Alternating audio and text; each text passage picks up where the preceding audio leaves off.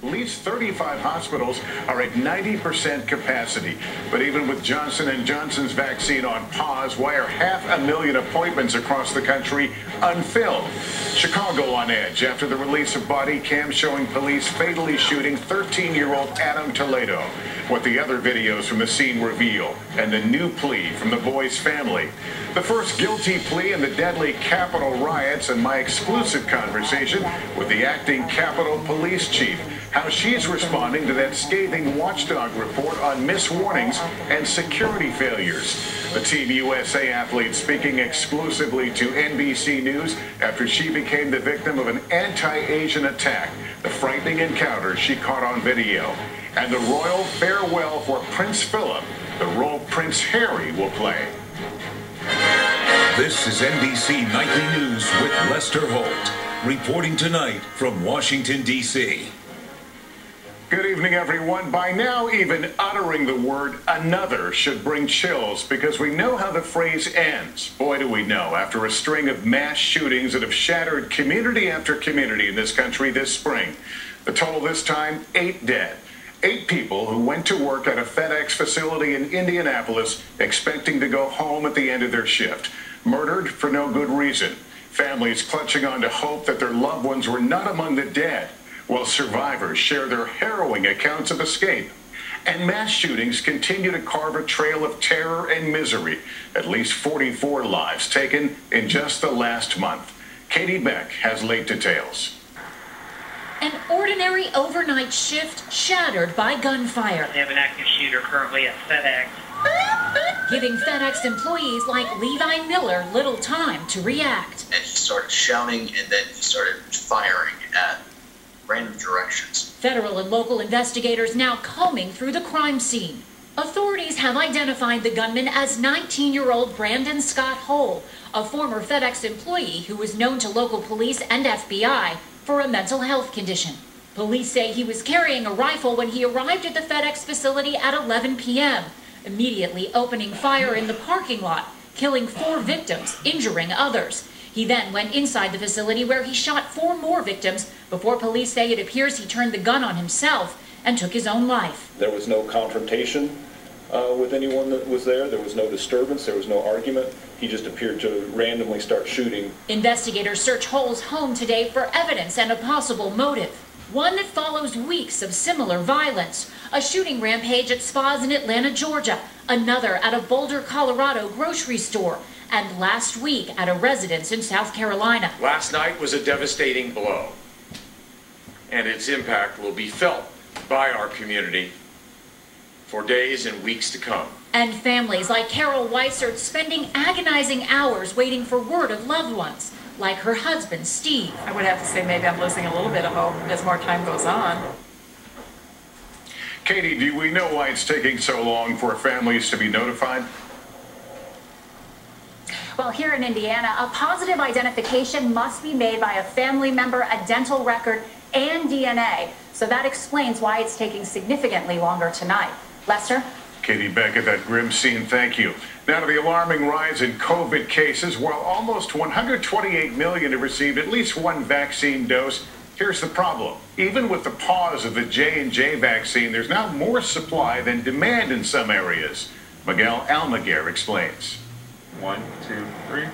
A slowdown in the vaccine supply this week was expected, but tonight nationwide, upwards of 500,000 vaccination appointments are unfilled.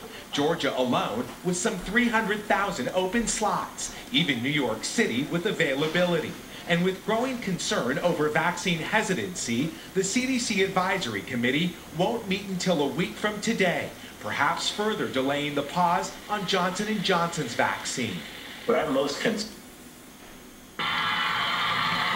That's the first thing the students here want you to know, that they're the future and they want to see change. We're the next generation, so we're the next leaders, next presidents, next governors and stuff, so we're like coming together, like we're coming all together and we all have one same goal and we can all reach it. This wasn't a school-sanctioned event. The students just all went outside during their free time to listen to speeches and do some bonding. I think it's important because the black community is usually not heard, and I think that today. They were pretty well.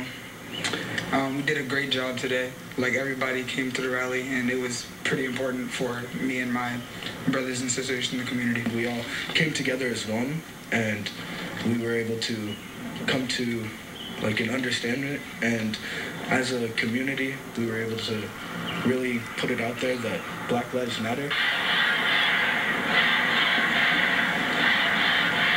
An important message these students want you to know is that their generation will continue to speak out about racial injustice. They can't quiet us all. And then back then there was one man leading. Now we have a whole nation under us, so we'll be fine, and we all got each other's back. In Sioux Falls, Kelly Volk, KELO News. School officials say the students did not get into trouble and went back into their classroom on time. Tonight, we have an update in the global aquaponics case that KELO Investigates spent a year working on before exposing the fraud. But unfortunately, there's never going to be justice for us. I cannot breathe. I cannot breathe. Tension was already up around the trial of a former Minneapolis police officer charged with killing George Floyd by kneeling on his neck more than 9 minutes. Derek Chauvin says he's not guilty. The jury has not spoken. Others have. Our hearts are aching right now. We are in pain right now. In Chicago, another disturbing video emerged. A police officer chasing 13-year-old Adam Toledo and shooting him dead. Police say the teen had a gun. The family says he did not when the officer shot him. If you're shooting an unarmed child with his hands in the air, it is an assassination. Get out of the car now. Get out of the car. In Virginia, a video from last December came out. Police pulling their guns, pepper spraying, and forcing an Army officer to the ground, again for an alleged traffic violation. This is up. I can't believe it's being treated like this.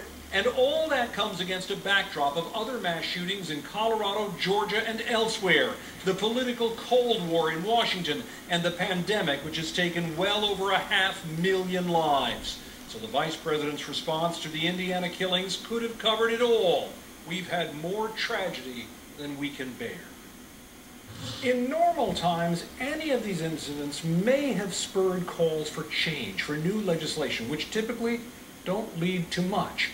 But in the past few weeks, America has been hurting and shocked and stunned in ways that are really quite extraordinary. And so the fallout from all of this is really unknown. Aaron? Tom, thank you very much. All right, I want to go straight to Abby Phillip and John Avalon. So John, Fungal infections are common. And my vet thought that it would stay there forever. But what happened is 8 p.m. Eastern, or anytime on our website, which I understand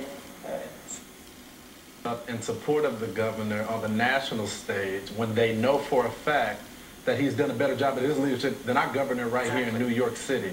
That you observe, like registration, take down the license plate information and mail in that summons or court appearance, etc. It's those type of things that really have to be examined and broken down. And I think we could take the boogeymanism out of reimagining police if we start to deal step by step with police responses.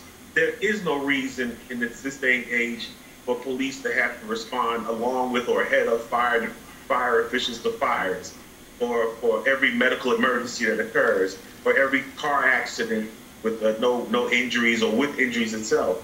So I think if we're honest and open about it, there are many ways and many things that can be done to safely reimagine police and have people still have confidence that they'll remain safe. Well, let me play this sort of maybe hopeful thing. Pat Robertson, who you would never expect. I don't think anybody expected Pat Robertson had that on their bingo card. Here he is this week talking about police conduct. I am pro-police, folks. I think we need the police. We need their servants, and they do a good job. But if they don't stop this onslaught, they cannot do this. We cannot have a bunch of clowns running around who are underpaid and who really are not the best and brightest. We've got to have the best in there. And I mean, Paul, he makes a good point. I mean, we have a story out this in the Guardian, and some other reports have done it as well. That you have police and public officials like donating money to Kyle Rittenhouse, treating him like a hero, bigging him up. You've got people whose sort of mental constitution feels like the wrong thing to have around black people, right? To have around people of color, and that is around a Christian crowdfunding website is around cops giving money to that. So it feels like. If Pat Robertson agrees that maybe it's the personnel that are getting hired that need to change, maybe it's the type of people who are being recruited into the field, and both of you can take that. But Paul first. So I think part of the problem is bad apple cops, but part of the problem is the system is working the way it's supposed to. Our criminal legal process and our police are laser focused on black and brown people. So I'm really happy that Pat Robertson is suddenly woke. I do wish that he had thanked the activists in the movement for Black Lives for educating him, because those activists are responsible for this social movement that's the largest in our history. And Joy, in a week of bad news about policing, there are slow signs of progress. The Chicago videotape came out after a month. The city said in the video of Laquan McDonald's death for over a year. The officer in the Brooklyn Center case was charged 3 days after she was killed. None of this would have happened without the work of the movement for Black Lives. So God bless those activists, as Pat Robertson might say. Absolutely. And last one to you, Mark Claxton. Is part of this that we need to start drawing police from the communities that are being policed? Because Paul's absolutely right. There are too many out-of-town people policing in black neighborhoods, but they have no empathy for those people. They don't see those kids as their kids. They have nothing, no empathy for them, even the children in the community. Do we need to start making policing local?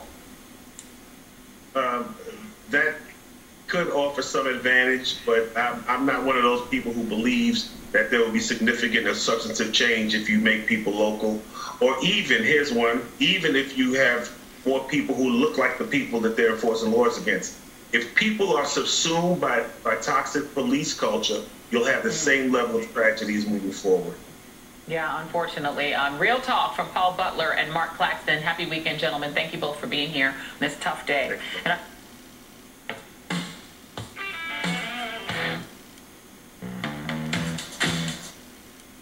about the NRA specifically being very weakened, the culture of this sort of Second Amendment culture, the gun culture, has become an integral part of people's political identities, and that has actually hardened since Newtown. Remarkably, you've seen so many more people who identify as Republican or identify as conservatives being much less willing to deal with issues of gun violence, because it's gone beyond just the issue of lobbying. It's about how people self-identify, and so that's a really steep hill to climb. And I think it's a real hurdle here, because it's not just about how much money is being spent. It's also about what these constituents are saying to their congresspeople on Capitol Hill. All right, Abby, thank you very much. John, thank you very much.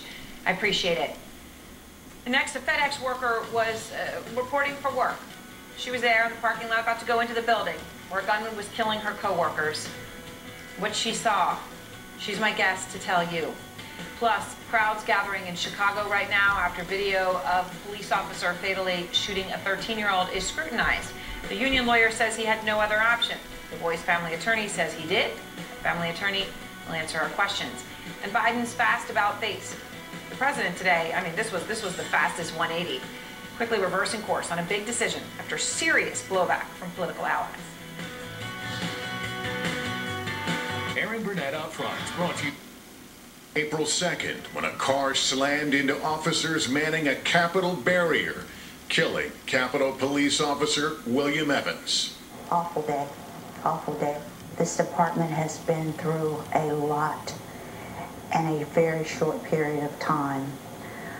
I am most proud of our workforce, though. They have been extremely resilient each and every day.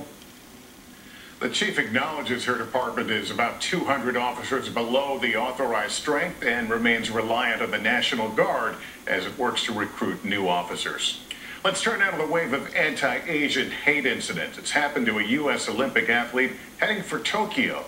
Here's Jolene Kent. Team USA Sakura Kokomai was training for the upcoming Olympics at a public park when it happened to her. Get away from me! I haven't done anything. You're a loser. Go home. Loser, go home. Stupid. I'll you up. I was just out there to go for a jog. This man accosted her, spitting, using anti-Asian language. When he walked closer, that's where I did get scared a little bit because you just never know what could happen. Did you ever think that this would happen to you? To be honest, no. At that time, I was in a fight or flight mode. Kokomai, who's Japanese American, says she reported this to police, and although people watched the perpetrator approach her, she was surprised no one stepped in till the end. I know that I practice karate, but I just couldn't stop myself with it from thinking, what if this was like somebody who was much younger? What if it was a kid? Kokomai is urging her fellow Americans to step up and say something. I want everybody to know, especially in the AAPI community, that you're not alone. I think it's really important to have compassion, share love, and to look out for one another. How do you maintain such a positive outlook when you are being targeted in your own country? It makes me emotional just to think about it because at that time I did feel like I was alone. But with all the message that I received, it made me feel that I do belong here. Jolene Kent, NBC News, Los Angeles. Next ahead, we look ahead to tomorrow's royal farewell.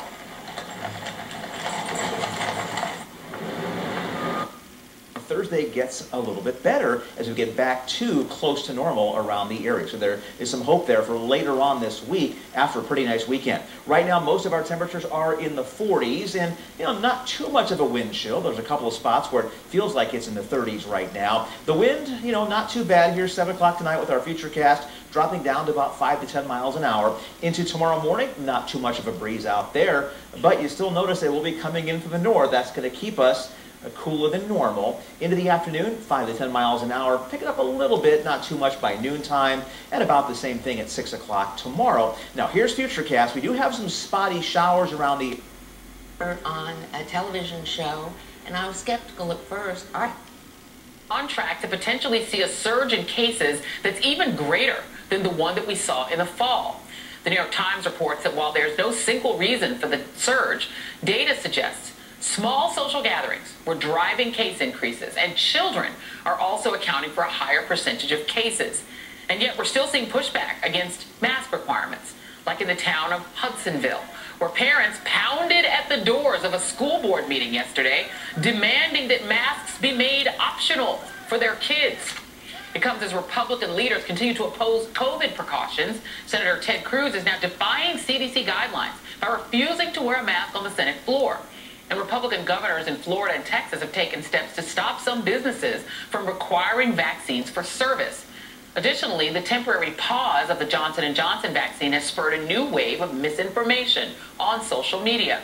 As NPR reports, the most popular link on Facebook about the Johnson & Johnson news was shared by a conspiracy theorist who thinks the pandemic is a cover for government control. All of this may explain why a person's politics is the leading indicator now of whether they'll get vaccinated, according to a new Monmouth poll. They found that among Republicans, 43% say they'll never take the vaccine, compared to just 5% of Democrats. That's why it was so refreshing to see Dr. Anthony Fauci stand up for science when Congressman Jim Jordan tried to bully him in a public hearing yesterday. What measure, what standard, what objective outcome do we have to reach before Americans get their liberty and freedoms back? You're indicating liberty and freedom. I look at it as a public health measure to prevent people from dying. When do Americans get their First Amendment liberties back? I don't think anything was censored because they felt they couldn't disagree with me. I think you're making this a personal thing, and it isn't. It's not a personal thing. No, you are. That is exactly what you're doing. We're not talking about liberties. We're talking about a pandemic that has killed 560,000 Americans. The American people want Dr. Fauci to answer the question. What does it have to be? Expire, sir. If you need to respect the chair and shut your mouth. come through Maxine Waters. With me now is Dr. Anthony Fauci, Director of the National Institute of Allergy and Infectious Diseases and Chief Medical Advisor to President Biden. And Dr. Fauci, thank you so much for being here. When I saw that, I just thought to myself, thank God that Dr. Fauci mentioned the dead. I want to ask you, does it shock you, frustrate you? How do you feel when you are peppered with questions about, restrictions and freedoms, and the dead, the 560,000 dead, are not mentioned? Well, it's very frustrating because, as a public health official, I'm very much aware of this issue of COVID-19 fatigue, about people really being worn down and tired of the kinds of restrictions that we have when we do public health guidelines. But the numbers speak for themselves. I mean, I understand. I'm very, Congressman Jordan mentioned the people of Ohio. I care very much for the people of Ohio. I don't want to see them get sick or die because we have 560,000 Americans that have died so far. So we're looking at it from different perspectives. I'm looking at it from a public health perspective, and he was talking about the infringement upon liberties. Right now, what we need to do is get this pandemic behind us, and we will do that, and it will not be an indefinite period of time. The thing that we have so much in our favor is that we now have 80 million Americans fully vaccinated, and 127 million have had at least one dose. Each day, we get 3 to 4 million people vaccinated additionally, each day that goes by. So what we need to do is just hang on there a bit longer until we get the majority, the overwhelming majority of people vaccinated, and you will see the level of infection continue to come down. And when it does, then you'll see a relaxation of the kind of restrictions that people would like to get rid of because they want to get their lives back. I certainly want to get my life back, but I also put as a higher priority the health and the safety and the lives of the American public. Well, and I am one of the fully vaccinated. I'm fully Fauci'd, as I tell everyone. I am all Fauci'd on Team Pfizer. But, the question I have is, are we really going to get to the end of it? Because, Dr. Fauci, at this point, it is political. There are paranoiacs who are paranoid about you. They have decided that they don't trust you. They don't believe anything you say. They think you're trying to have the government take over their lives or put nanobots in them, and Bill Gates is going to physically control them if they get the vaccine. I mean, it isn't just hesitancy now. It's paranoia. You had Tucker Carlson going on and basically saying that you're not telling the truth, that if you're vaccinated, there's no reason to wear a mask anymore. You have people screaming at store clerks because they don't want to wear masks. This is not rational at this point, Dr. Fauci. So I wonder, what do we do about the irrational resistance to doing the basics, getting vaccinated, wearing masks?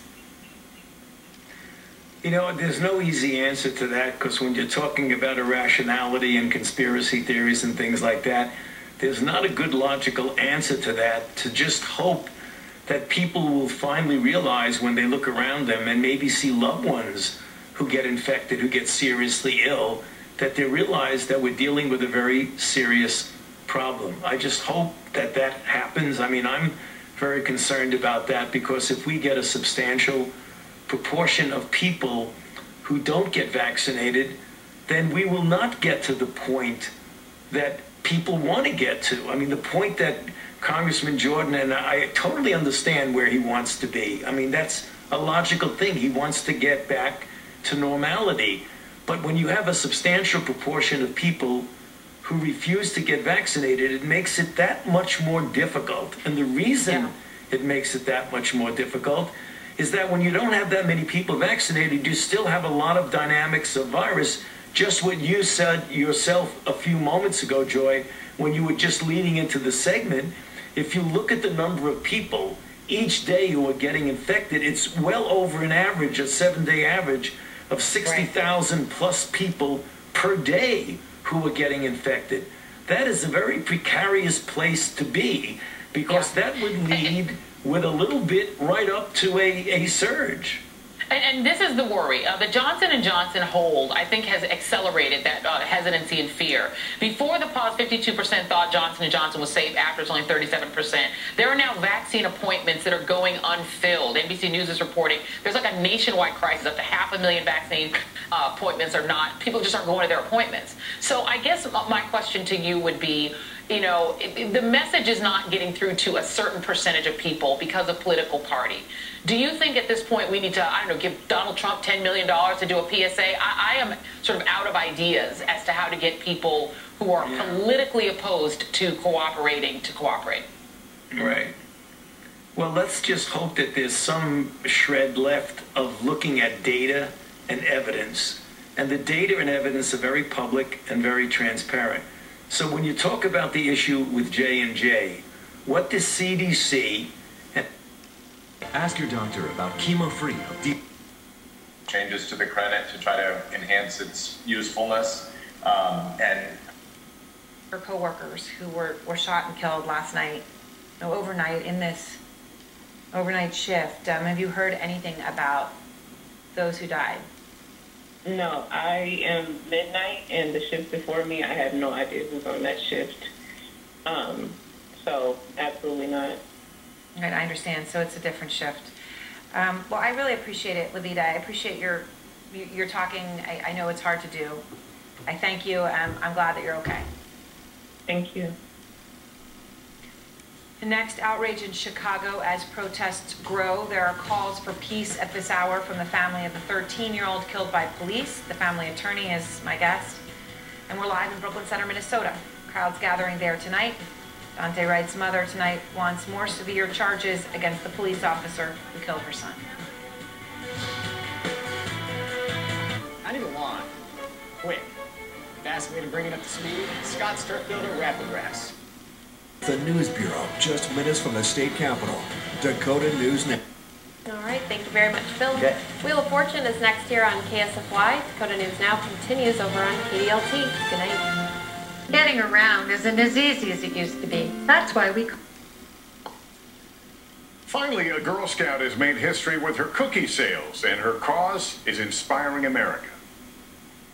Lily Bumpus is just learning multiplication, but she already knows plenty about numbers. The 8-year-old just sold over 32,000 boxes of Girl Scout cookies, shattering the record for the most sold in a single season.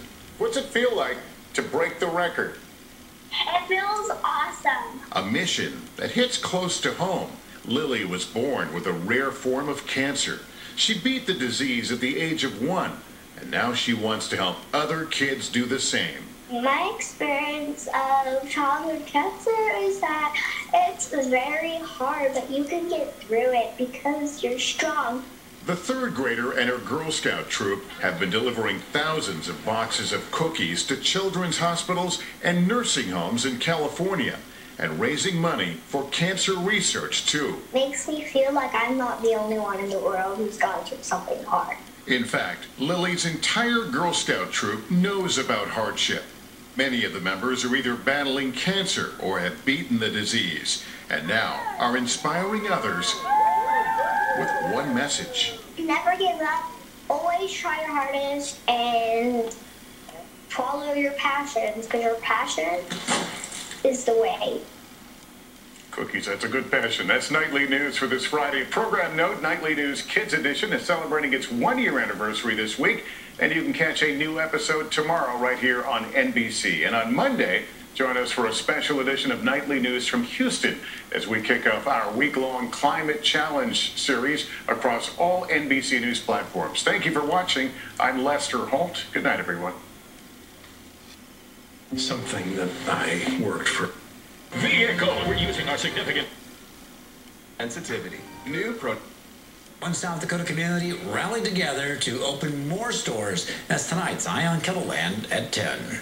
A few sprinkles now working their way south into the Sioux Falls area, so we will see a few raindrops on us this evening. As far as tomorrow is concerned, we'll see a lot of clouds, but enough breaks in the clouds to warm us a little bit at least. Low to mid-50s for highs here in eastern Kettleland. That's our time. Thanks for watching. Enjoy your evening. understand that we need to hold the state accountable. I always do when they take a life.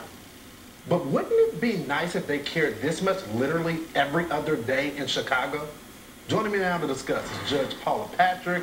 She is a Pennsylvania Supreme Court candidate. Judge Paula, thank you so much for joining me today. You know, I have a simple policy. When the state abuses its power, you hold them accountable. When citizens go out there and shoot other people, you hold them accountable. When people decide to shoot cops, you hold them accountable. Why doesn't the media have the same standard? Well, that's the million-dollar question.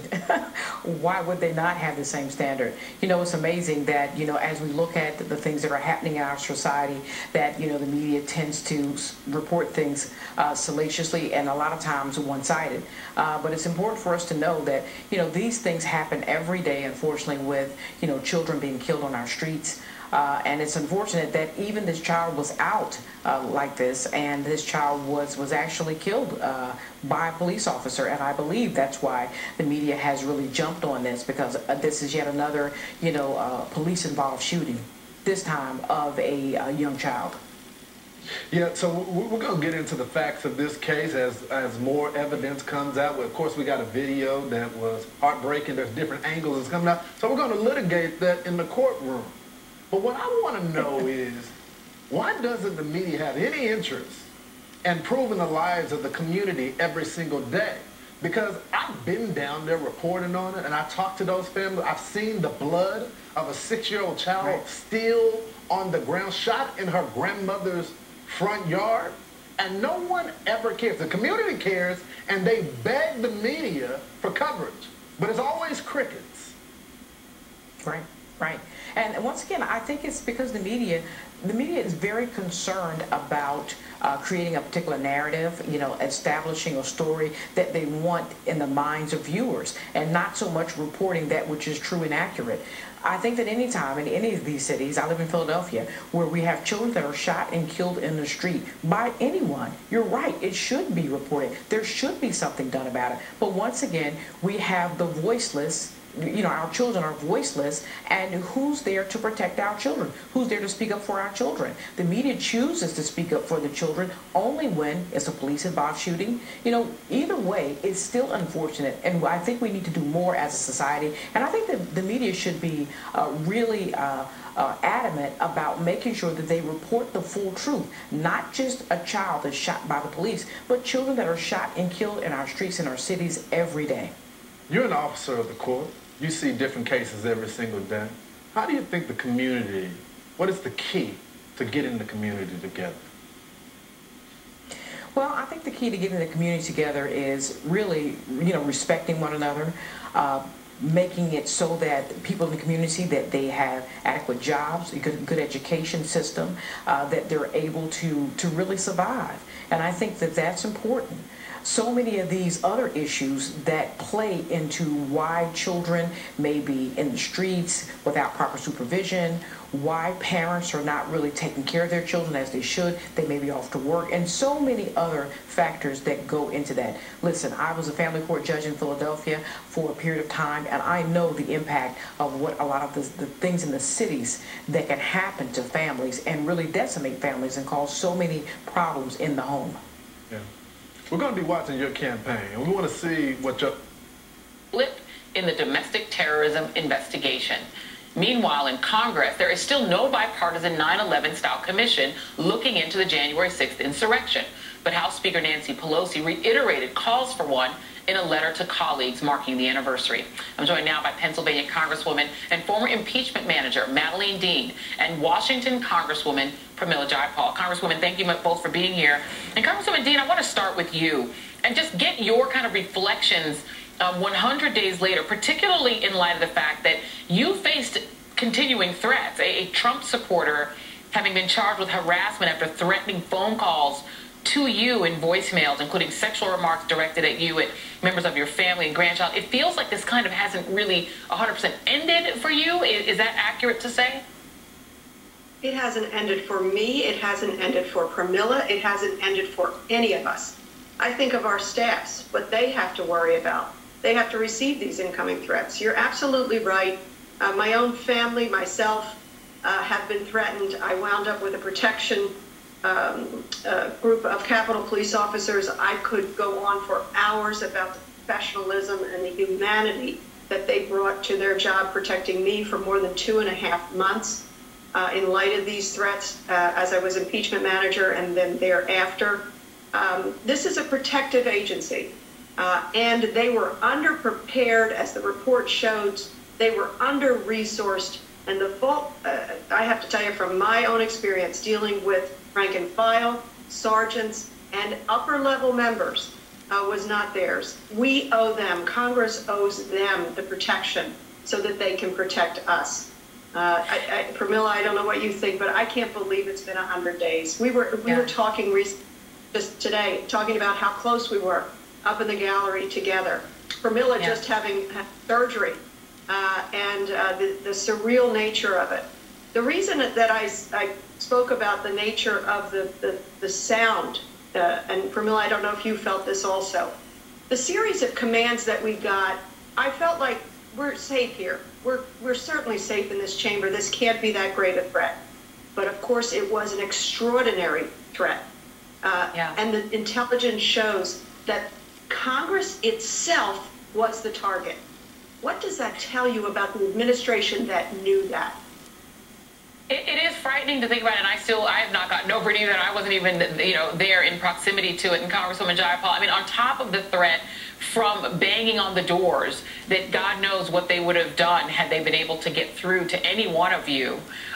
In addition to that, I wonder how you feel 100 days later about some of your colleagues who were not taking seriously the other threat, which was the threat of spreading COVID, and you having to be in close contact with them in these secure rooms with no masks, and people laughing at those who are trying to distribute them and sort of adding to that threat. I just wonder your reflections on that, or even just on the day 100 days later.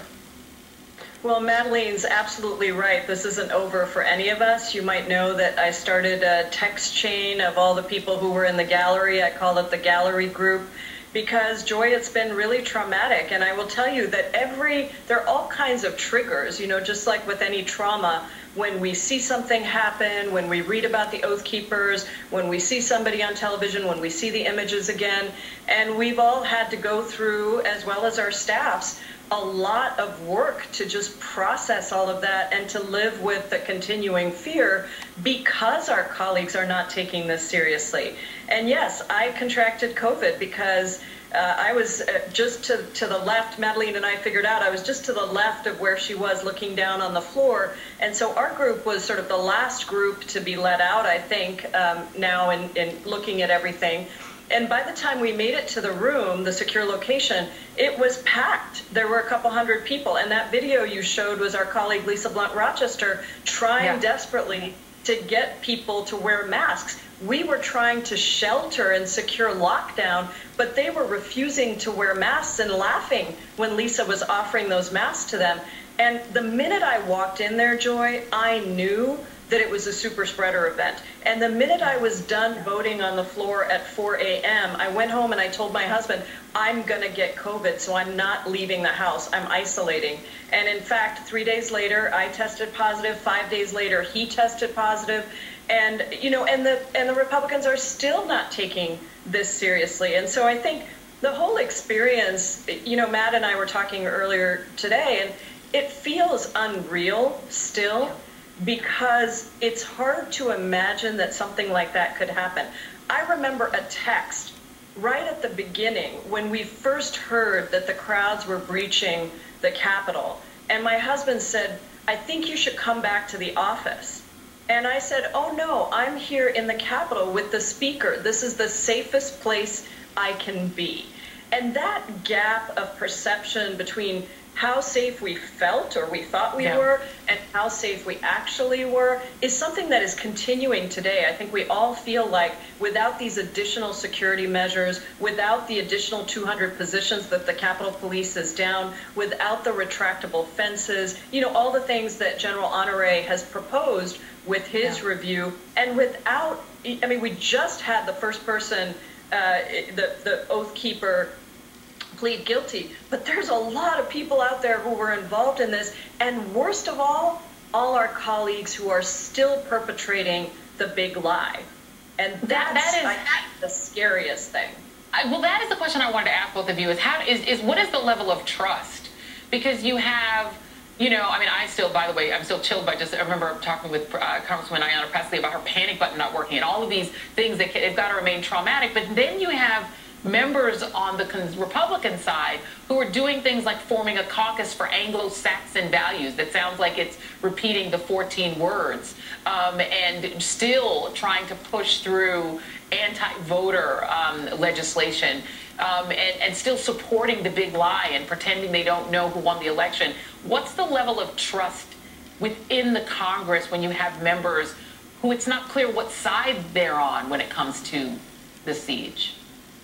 Congressman Dean. You know, I really want to say publicly that the big lie and the continuation of it, our top elected officials on the other side makes everyone in this country unsafe. It's not just about electeds like Congresswoman Jayapal and me. It is about our staff. It is about the very Capitol itself. It is about, think of it, we not only lost Officer Sicknick, but then Billy Evans. Just this week, we had to have him lie in honor. We are all less safe. So I call upon our colleagues, and Pramila and I both serve on Judiciary, where many of the big lie spreaders are, in addition to the super spreaders. And I call upon them to reflect, to say, I owe you the truth because I make all of you less safe as I promote the big lie. And I tell people that something was stolen from them. Nothing was stolen from them. This election was fair and square. We know it. It is frightening, and I am frightened for you. And I don't know how I would be able to go about working with people who were still pushing that when that is what caused the violence. And as you said, people died as a result of it. People got sick because of it, and it's traumatized the country. But thank you so much for being here and sharing this evening with us. It's an important anniversary. We'll never forget it. Congresswoman Madeleine Dean, Congresswoman Pramila Jayapal, be well. And still ahead. Thank you. More on 100 days since the Capitol insurrection. Capitol Police Officer Harry Dunn joins me next. Don't go anywhere.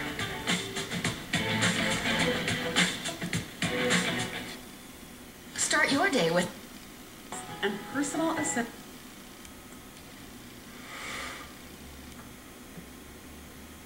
Yep. Well, good afternoon now.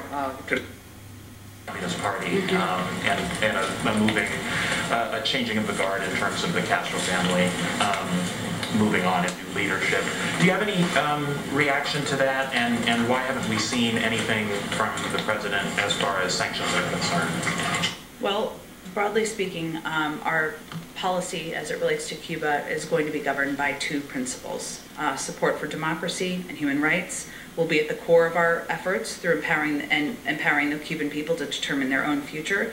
And second, our belief that Americans, especially Cuban Americans, are the best ambassadors for freedom and prosperity. A Cuba policy shift or additional steps is currently not among the president's top foreign policy priorities, but it is an issue, of course, we will remain engaged in and focused on, and I can see if there's more of a reaction to the change in leadership, absolutely. And then just on the Japan visit today, any update on any assistance that can be given to Japan? They're very early in terms of their vaccination effort.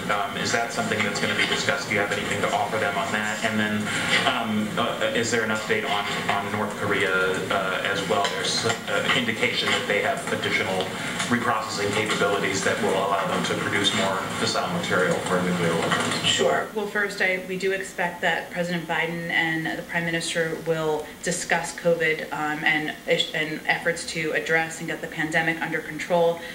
They've also discussed as a part of the Quad, of course, there's been a discussion about increasing cooperation and support through COVAX, but we expect they will discuss that and that will be a part of the readout following the meeting. As it relates to North Korea, as you know, there has been an ongoing review, which we're nearing the end of that review. Japan has been consulted all along, but the two leaders meeting in person is obviously an opportunity to discuss that in person, which will certainly be a part of the discussion. We understand, what I would underscore Japan's interest in this issue, not only the nuclear program, but obviously stability in the region. So they will discuss that, and we expect it will be part of the readout as well. Go in the back. Thanks, Jim. Today's meeting with the Japanese Prime Minister is, of course, the President's first face-to-face meeting with a foreign leader. Given that we are still in the middle of a pandemic, can you talk about why you decided that it's now safe to hold these kinds of meetings, and what kind of safety protocols will be in place? Well, I can assure you that we make these decisions very carefully and thoughtfully, and that we ensure that there is adequate testing, social distancing, processes that are put in place to ensure that all participants are kept safe and that we're taking into account the pandemic. There won't be a meal, as an example, which would be standard and traditional for a visit like this. And of course, they will be spread out at the press conference, and also even in their meetings, an expanded bilateral meeting. And also it of course impacts the limited number of reporters that we will have there for the press conference. So there are a number of steps we take. It doesn't look exactly like the bilateral in-person meetings that many of you have attended in the past, and we look forward to returning to normal on many fronts, but certainly this one as well. And one more thing, I know that you said President Moon of South Korea will be coming to Washington in I think you said late May. Yeah. What? We'll be dancing like that on the island.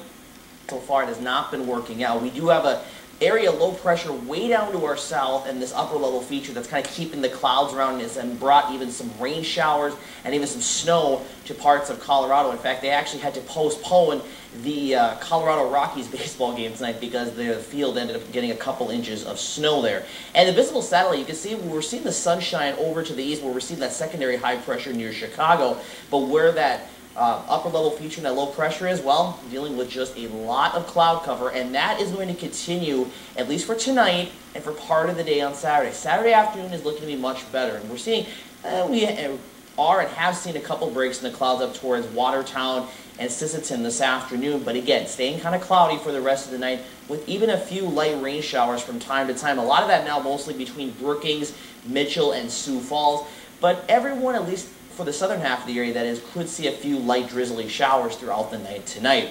Temperatures still kind of... So here they are at home base, right outside of the Brooklyn Center Police Department, and that's what started it all. That former officer who spent years building her career here at the police department shot and killed Dante Wright on Sunday. And here at home base, we've seen two worlds. On one side, where the police department is, you have the fencing. It's a symbol of the struggle. But then on the other side, I've seen what I'd like to call the beauty of the Twin Cities. We've seen people from the community coming together, dropping off essentials, food, and other items to help the families who live here who've been surrounded by everything that happened. But the overarching theme, the overarching message is these protesters behind me echo the message of the Wright family. They want more serious charges, specifically murder charges, Aaron. So, Adrian, Dante Wright's mother, of course, not the only parent speaking out today after losing her child in a police-involved incident. No, she wasn't the only parent. She was surrounded by other families who have lost loved ones to what they call police brutality. And we heard from Valerie Castile today. She said this case really resonated with her because the 20-year-old father died in a vehicle the same way her son died in a vehicle. Listen to what she had to say. How do you keep having murder after murder? We don't have time to recover. I'm mad as hell again, and again, and again, and again. So much sorrow, but the people here are finding support with each other.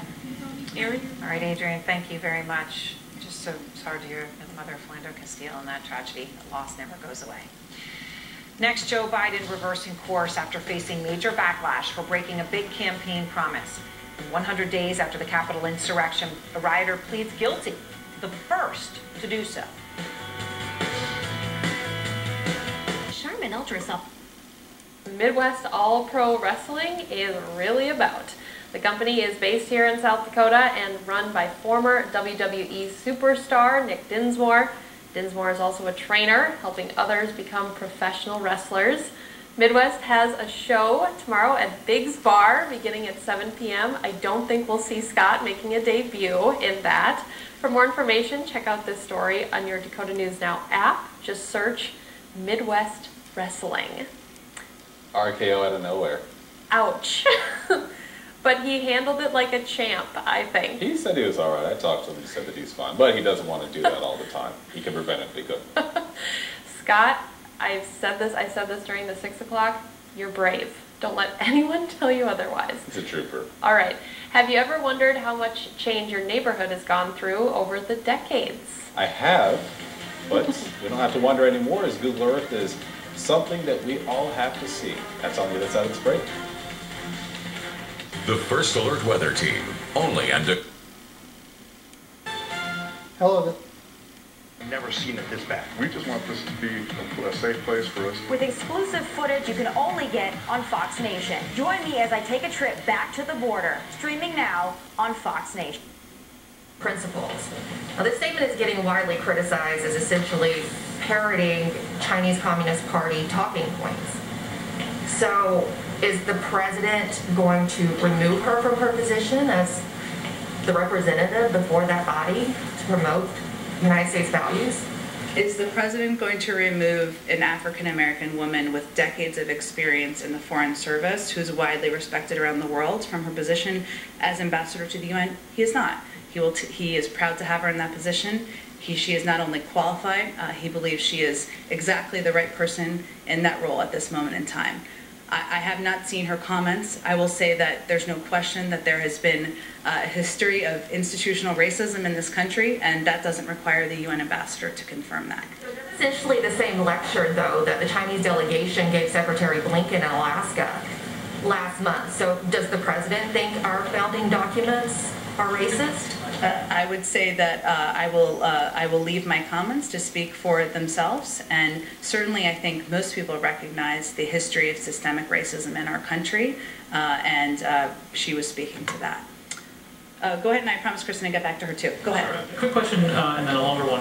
In terms of, you said the president had been tested for COVID-19 today. Yeah. Has that been regular, or is that specifically part of the protocols for today's foreign leader? He's tested every couple of weeks, and we try to provide those on a timely manner, the updates. Today was the most timely, so we will continue to try to do that moving forward. And then I wanted to ask you about some new reporting from one of my colleagues, Lee. She has a new piece about secret Facebook groups that are primarily composed of special forces, which include some of the postings very racist language, criticism of the government, even some QAnon-type conspiracy theories. I wonder if you had a reaction to the report, and also if you could give an update on the tasking that the president had issued for some of the intelligence community as well as DHS on domestic extremism. Yeah, so it is a 100-day review, which we are getting close to the conclusion of, and a lot of the analysis or the review has been done, and now we're working on the policy phase of that, and I expect we'll have more to say after that 100-day review concludes. And certainly that review is looking at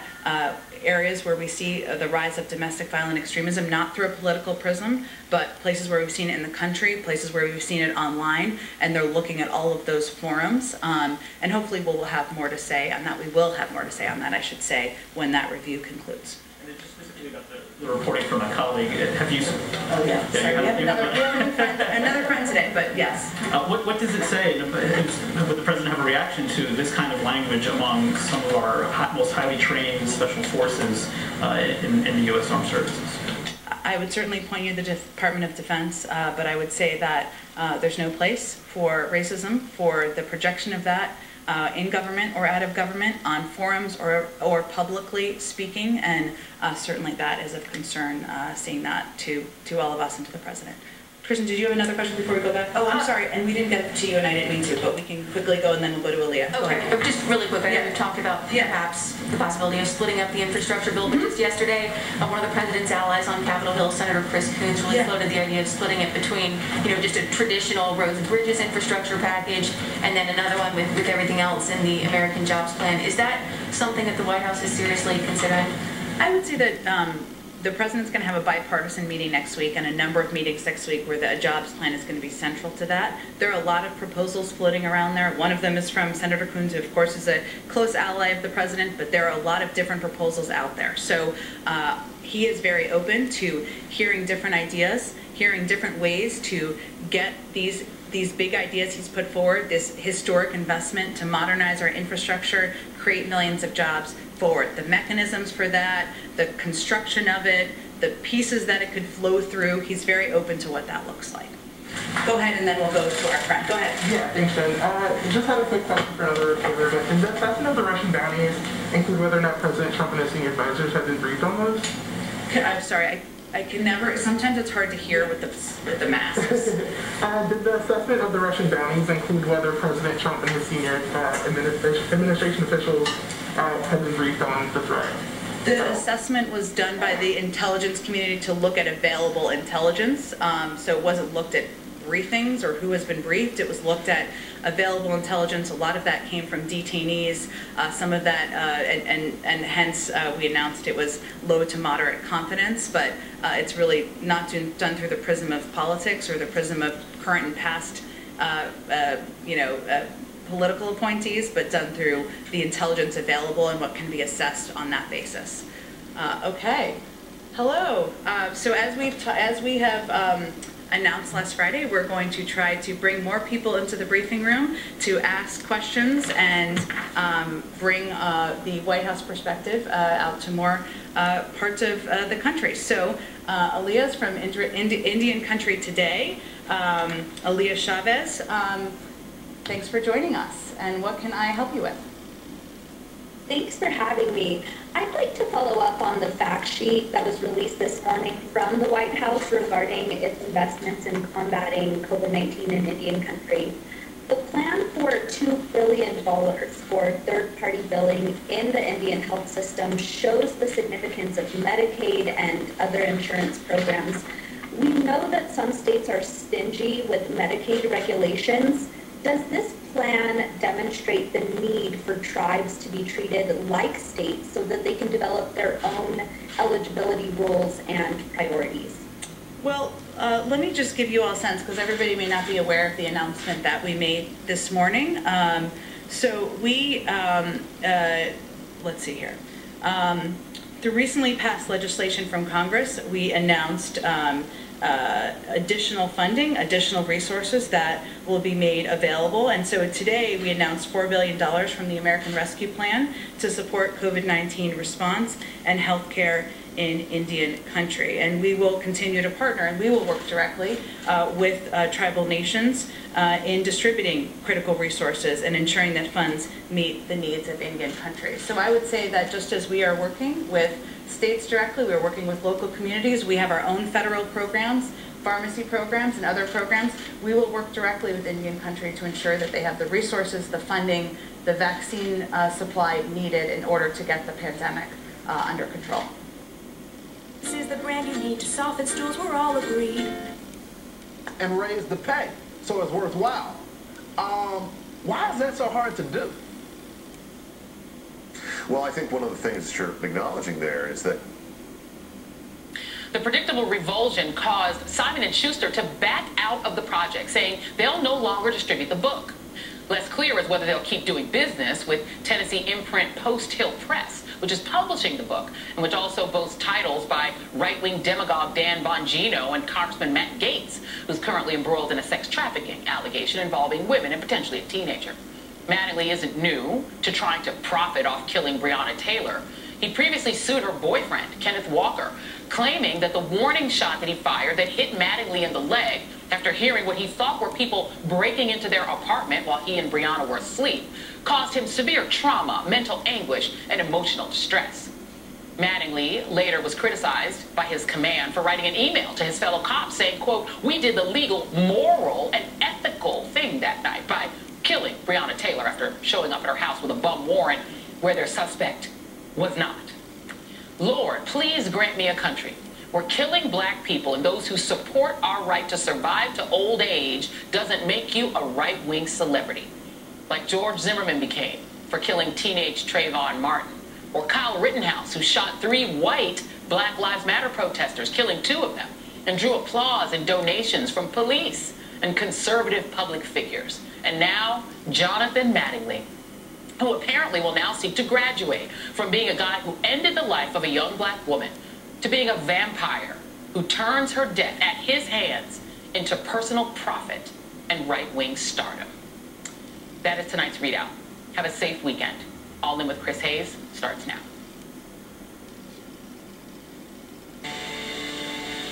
Good evening and welcome to Tucker Carlson tonight. For 5 full years through his campaign for president into his term in the White House, Donald Trump said often that he wanted American troops to leave Afghanistan. Finally, in his last months in office, Trump seemed ready to act on this. He told aides he was going to pull the troops out. Then, on June 26th of last year, the New York Times stopped him from doing that.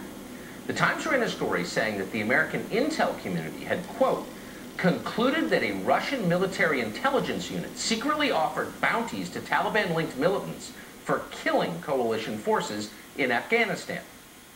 Vladimir Putin was murdering American soldiers. Obviously, there was no leaving Afghanistan now. Anyone who suggested leaving Afghanistan would be bowing to Vladimir Putin. As a matter of principle, American troops had to stay in Afghanistan, and they did stay. They're still there today. Official Washington went berserk over the New York Times story. Though the piece contained no actual facts, CNN's senior intelligence correspondent declared it richly reported. In just the last month, which we're defining as 4 or more people shot, wounded, or killed, excluding the gunman. One other thing to note, there was only room on the map to show a little less than half. The full count, again, over just a single month since the Atlanta shootings is 45. And the map, as profound as it might be, doesn't do justice to the story. It doesn't capture the horror. It doesn't capture the wounds and the deaths of so many Americans. The map doesn't tell the story of the 5 people who were shot and wounded on March 17th in Stockton, California, or the 4 shot in Gresham, Oregon a day later. In Houston on the 20th, 5 shot at a nightclub. That same day in Dallas, 8 people shot and 1 killed. In Philadelphia that night, someone opened fire at a party, killing 1 and wounding 5. At least 150 others fled for their lives. Then on March 22nd in Boulder, a gunman opened fire at a supermarket, killing 10, including a local police officer. The consequences of all this are deeper than I suspect we know. By that I mean the mental consequences, the feeling of, anyway, it just, been through too many of these. Just 3 nights later, 2 gunmen opened fire outside a bar in Philadelphia, wounding 7. That same night, 5 were shot and 3 killed in Memphis. 3 shootings in Virginia Beach left 8 wounded and 2 dead. 4 wounded that night in Norfolk. 2 gunmen killed 1 and wounded 7 in Chicago. That was all on the 26th of March. The next day, in River Gorge, Illinois, a mass shooting on a party bus killed 1, wounded 3. At a nightclub in Yazoo City, Mississippi, a shooter wounded 6, and that afternoon, 4 people were shot in Chicago. In Essex, Maryland, on March 28th, a man fatally shot his parents before shooting 3 people at a convenience store, killing 2 of them. That day in Chicago, another 4 shot and wounded on a highway, and in Cleveland, 7 people shot at a nightclub. One time, one night in America. Except it wasn't. 5 shot, 2 killed in D.C. on the 31st. 4 killed at an office complex in Orange, California. 1 of the victims, a 9-year-old boy. On April 3rd, 7 wounded near a nightclub in Quincy, Florida. 5 wounded in Tuscaloosa, Alabama. 3 killed and 4 others hurt at a party in Wilmington, North Carolina. 4 shot the next day, Easter, in Beaumont, Texas. And in Birmingham, Alabama, an argument spiraled out of control. More than 30 shots fired at a local park. 1 killed, 5 wounded, including 4 children. In Monroe, Louisiana, that same night, 6 shot and wounded at a local bar. April 5th, 5 shot and wounded in Baltimore, 1 killed, 3 wounded on the 6th in Detroit, 2 shot, 2 killed on the 7th in Milwaukee. Also that day in Rock Hill, South Carolina, a former NFL player killed 5 people. You probably remember that one, including a prominent doctor, his wife, and their 2 young grandchildren.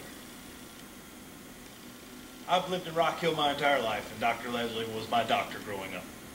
So that's how this is kind of a little hard on me. But Dr. Leslie has been one of those people that everybody knows. Everybody knows. Now he's dead. Sheriff's office spokesman speaking there. His boss, the sheriff said, saying there's nothing about this right now that makes sense to any of us. April 7th, Rock Hill, South Carolina. On the 8th, in Bryan, Texas, a gunman killed 1, wounded 5 others at a cabinet manufacturer. Said one worker who had first walked toward the popping noises, which she thought were from machinery malfunctioning. I started walking and someone grabbed me and said, no, we need to run. Thankfully, they did. April 8th, on the job in Bryan, Texas. On the 9th, in Fort Worth, 1 killed, 5 injured during a shootout on the freeway. 4 shot, wounded on the 10th in Allendale, Michigan. 4 shot and wounded in Waterbury, Connecticut. 1 killed, 3 others wounded at a convenience store in Missouri. 1 killed and 3 wounded in Memphis. In Seattle, April 11th, a toddler and 3 others hit by gunfire in a parking lot. In the following 4 days, 10 more people would be killed and at least 25 wounded in 6 more mass shootings, including the latest one overnight.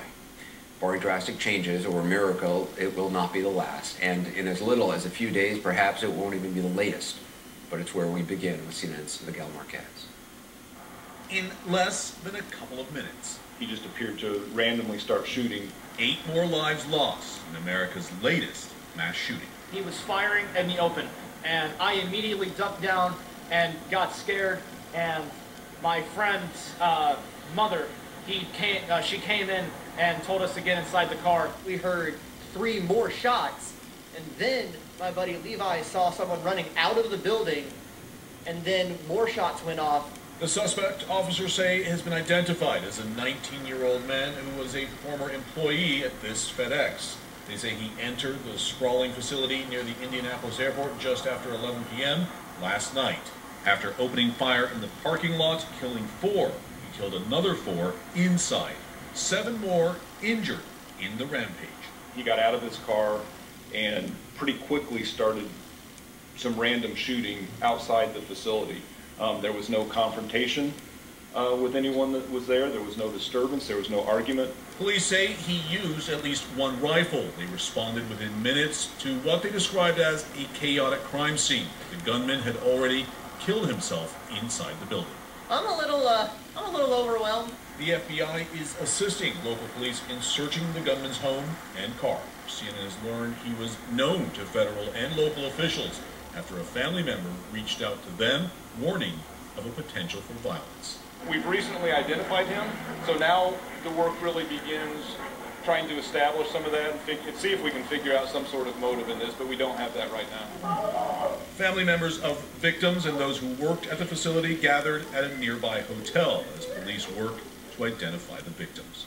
The facility, the second largest hub in FedEx's global network with more than 4,500 employees.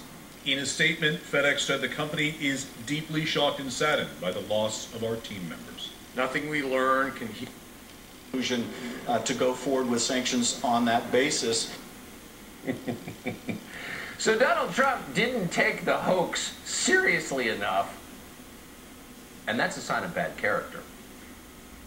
I could see the Washington Monument.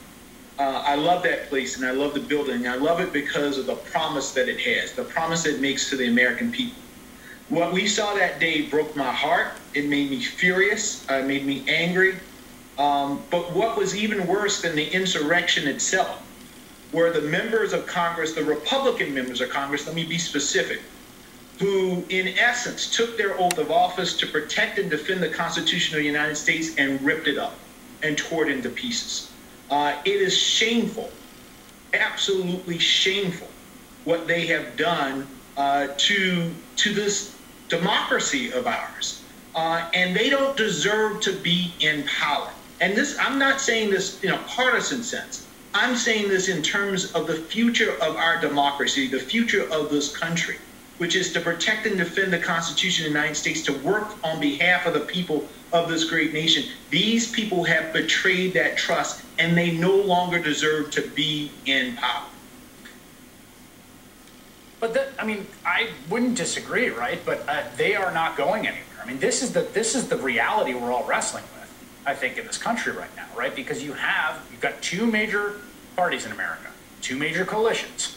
They're, it's not like it's a 70-30 country. It's a, even when Democrats are doing very well, it's a 55-45 country, something like that, 52-45, right? So, I mean, they're not going anywhere. And in fact, their numbers are going to proliferate. Like, what do you see as the Democratic Party's response or your role, right, in battling that and preserving the basic integrity of American democracy?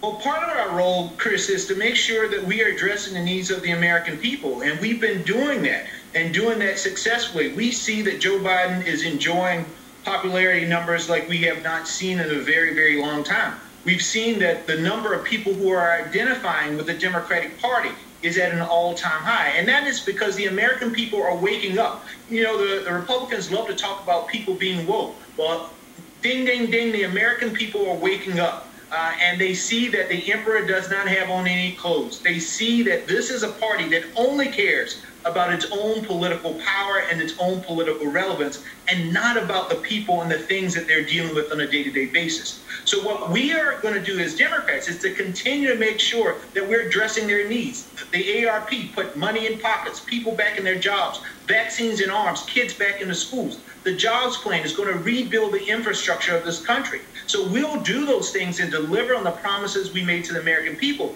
At the same time, at the DNC, we're going to recruit candidates to run against all of these knuckleheads on the other side of the aisle, the Looney Tune caucus, and actually have a contrast so that the American people can see that there's a difference between one party who wants to address the issues that people care about and another who cares more about banning people getting a bottle of water standing in line just to exercise their right to vote. So there's a stark difference between and a stark contrast between these parties. And my job is to make sure that the American people see that they understand that, and that when they go to the polls, they can express that they want somebody and they want a party that's going to fight for them. Back in 2015 and even 2016, I think there was a view that was fairly common among Democratic strategists and folks in politics that Donald Trump was kind of a godsend to the Democratic Party because he was obviously going to be very unpopular and easier to beat. There was a view, I think, also that you saw, I even saw it expressed in some articles, a few months ago, that folks like Marjorie Taylor Greene, right, or Paul Gosar or Matt Gaetz, these folks that have really extreme views and use rhetoric that I think is alienating to huge chunks of Americans, right? That they're kind of a benefit politically to the Democrats. But the other side of that is that, like, the more those people are empowered, the more the party drifts that direction, there's more of an existential threat to the democratic project we're doing here. Like, do you view those people as a political asset to you, or would you rather... Americans are not interested in war in the Eastern Hemisphere. We've had 20 years of reckless, pointless, endless war with no protection. So we need our state legislators to do something about this. We need our federal legislators. We need Senator Braun and Senator Young to back up H.R. 8 on that universal background checks. We need this. Our police are asking for it. Until we do something, until we step up and say enough is enough, we're not going to be able to do anything here. Councilor Brown, I appreciate your time tonight. Thank you. Thank you. Next, more on the politics of trying to, if not end, then at least limit gun violence and what the president plans to do about it. Later, a live report from Chicago where protesters gathered in the wake of the police shooting the 13-year-old. And later tonight, Marjorie Taylor Greene, the QAnon-curious congresswoman's latest effort, reviving an old movement with racist roots to push for what she is calling the, quote, Anglo-Saxon political tradition. I look for the well health safety seal at my favorite places. When my last question, when sitting U.S. senators, and I don't mean to pick on poor Ben Sass of Nebraska, but stand up and call for the killing of government employees of Russia, I want them in body bags, I mean, that's not a small thing. It's not like some cable bloviator saying that. That's a senator, it's a policymaker saying that. What effect does that have? Well, first of all, you're talking about people with a cocktail level of familiarity with real war. And I mean that. These people are fools. They don't know what they're talking about. None of them have the experience of real warfare. 30, 40 years ago, you still had people like Bob Dole, for God's sakes, who sat in the Senate who had actually been to war. He understood what war meant. Most of the people that you have there now have no idea whatsoever, and I include, frankly, many of the people that have been deployed to Iraq and Afghanistan, because these are not wars in the traditional sense. We've seen very little action, we've taken very low casualties, so there's no understanding of what it means to fight a capable power like Russia. And unfortunately, this ignorance has led to this bloviating, which is counterproductive and dangerous, frankly. These people should be publicly reprimanded for their stupid statements, because if something happens that draws us in, the American public will be furious, and they will not be dragged into a war. It won't happen. I hope you're right. Colonel Douglas McGregor, thank you very much. Sure. News and a mountain of entertainment. All right. This is Paramount Plus. Try it free. Re-entering data that employees could enter themselves? That's why I get up in the morning. I have a secret method for remembering all my HR passwords. My boss doesn't remember approving my time off. I'll and total support. We're just gonna... Bras from Lively. Needed repairs. CarShield was there for us. Now it's your turn to get the peace of mind. My hacker Friendly, knowledgeable, money-saving representatives are available 24 hours a day. So if your car is 20 years old or newer, just tell us the make and model of your car or truck to get an instant plan quote.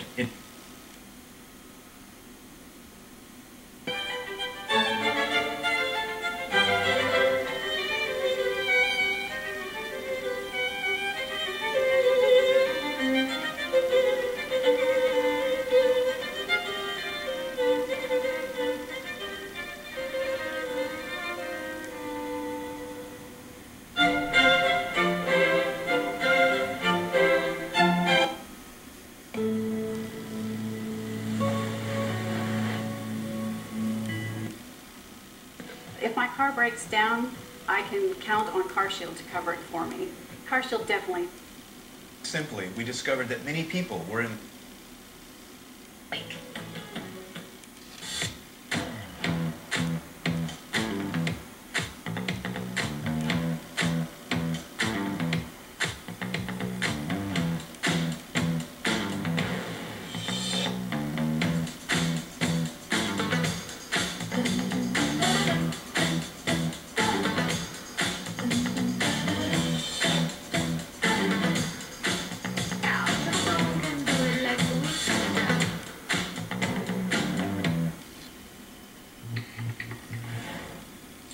Today we got the first guilty plea in connection with the January 6th Capitol riot. It came from a founding member of the group.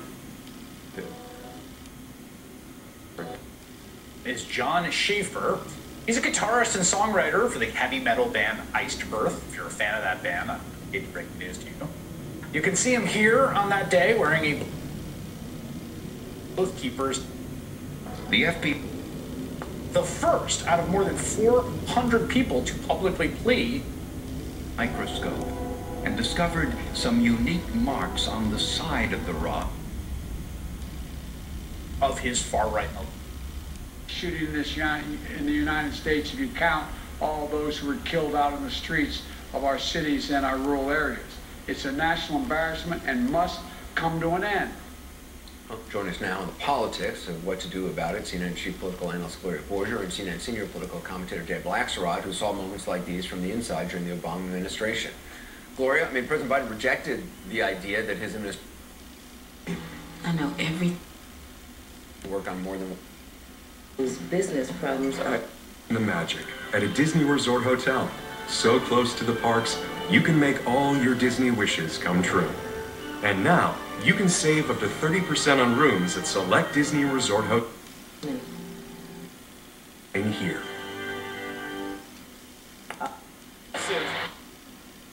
standpoint, his base really cares about it, forcing it up in the calendar. So it's going to be really interesting to see what happens next week and what response might come out of Washington. And, you know, when you talk about that news calendar that's very crowded, a lot of different dates that seem to be taken up, Eugene, you know, you hear Vice President Harris talk about racial injustice. This one, health. And prosthetic limbs. And we don't know yet whether the ground has shifted a bit. The NRA has been having its own problems. The Democrats control both the House and the Senate. Will they be able to get some kind of a compromise that, yes, may be a little bit narrower than what Democrats want, but will they finally be able to do something? And will the President of the United States say enough is enough, and maybe we have to end the filibuster, so not everything takes 60 votes to get through the Congress? David, will anything, I mean, you've seen this from the inside. What did you learn? I learned to be very deeply skeptical about whether things can get done, and I talked to Democrats and Republicans in the Senate today, Anderson, and neither side at this juncture can count to 10 Republicans to support a gun bill. Joe Manchin tried in 2013 after Newtown to make all commercial sales of guns subject to background checks. He did it on a bipartisan basis with Senator Toomey, and it got, I think, 54 votes. That was the effort that Joe Biden was involved in then. And even though the polls are overwhelming on this, the politics haven't changed. This has become sort of a cultural issue for the right. It's a bit like masks. It's freedom versus public health. And they haven't really shifted much on this. So, it is numbing to be sitting here with you again talking about these stories. They come so fast that you can barely remember last week's mass shooting. But the politics is not shifting, and I am not optimistic that a compromise will be reached. Chris Murphy, the senator from Connecticut. It's insanity. It's reckless. It's irresponsible. It's sort of insane. It's really sort of equivalent to your pilot being drunk. Sort of like, well, he's not a bad guy. I know, but he's drunk. He's flying an airplane. Yeah, so he drinks a little. You know what I mean? He has a co-pilot. It is kind of that. You know what I mean? Like, January 6th, partly that's COVID. But do you say a way forward to restoring that, some kind of openness so that we can go to the building as American citizens and talk to our representative? Chris, on both sides, the House and the Senate, all the committees we talked to, over a dozen of them on both sides, both Republicans and Democrats all emphasize that they want the People House to be open to the people. And that area has become the challenge, Chris. How do we keep the Capitol open to the public to a time when many of them remember coming in their high school days and visiting the Capitol? And at the same time, how do we provide the protection to prevent something from happening that happened on 1/6, happened 100 days ago? And that is the recommendation we make. We think we can do both. We're a sophisticated nation, but it's going to take the Congress to fund this. And a bill right now on the supplemental is looking at about $2 billion to fund the recommendations we made. You're someone with obviously a celebrated and illustrious career. You've served your country for decades. I think many people first became aware of you outside the military when your role in Katrina. I wanted to ask you a little bit about, there has been a concerted set of attacks on the right, particularly among conservatives, to paint you as some kind of, lefty activist, that you're a, partisan axe grinder, that you're carrying some banner for one side ideologically or partisan-wise. I'm just curious what your response to that is. Well, I'm not a Republican and I'm a Democrat. I'm a no party. Over the years, and I can tell you some war stories about that sometime, the Democrats think I'm a Republican and the Republicans think I'm a Democrat. I try to tell the truth. Look at the facts, give the report, and when something needs to be done, make it happen. That's the missions and that's my reputation in the Army. I want to play a little bit of just an interview that we were able to do on NBC News with Lieutenant Rainey Brooks, just about the experience of that day. And I think it speaks to some of your recommendations about being overwhelmed as the mob essentially was able to breach the line and enter the Capitol. Take a listen. Probably what sticks with me the most, and there were many, but what sticks with me the most is inside the Lower West Terrace door. You know, the lock got breached, and I don't know, maybe 60 or 70 of us trying to just keep them from getting in through the door, and it literally and figuratively, it was forever. I mean, it was just pushing, pulling, fighting. I couldn't get that close because at that point I was tackled, and they stole my helmet, took my helmet. They tried to get my gas mask. It was all these surreal things, like, this cannot be happening. This cannot be happening. This cannot be happening. That this cannot be happening, I think, was the general feeling that day among folks watching and people who were there. Are you confident we can stop it from happening ever again? Absolutely. We're confident it cannot happen again, will not happen again. There may be those that try. But the procedures that were left in place, and Chief Pittman and her staff, along with the Capitol Police Board, had the National Guard on hand. They have some temporary fencing up. And oh, by the way, Capitol visitors are still suspended because of COVID.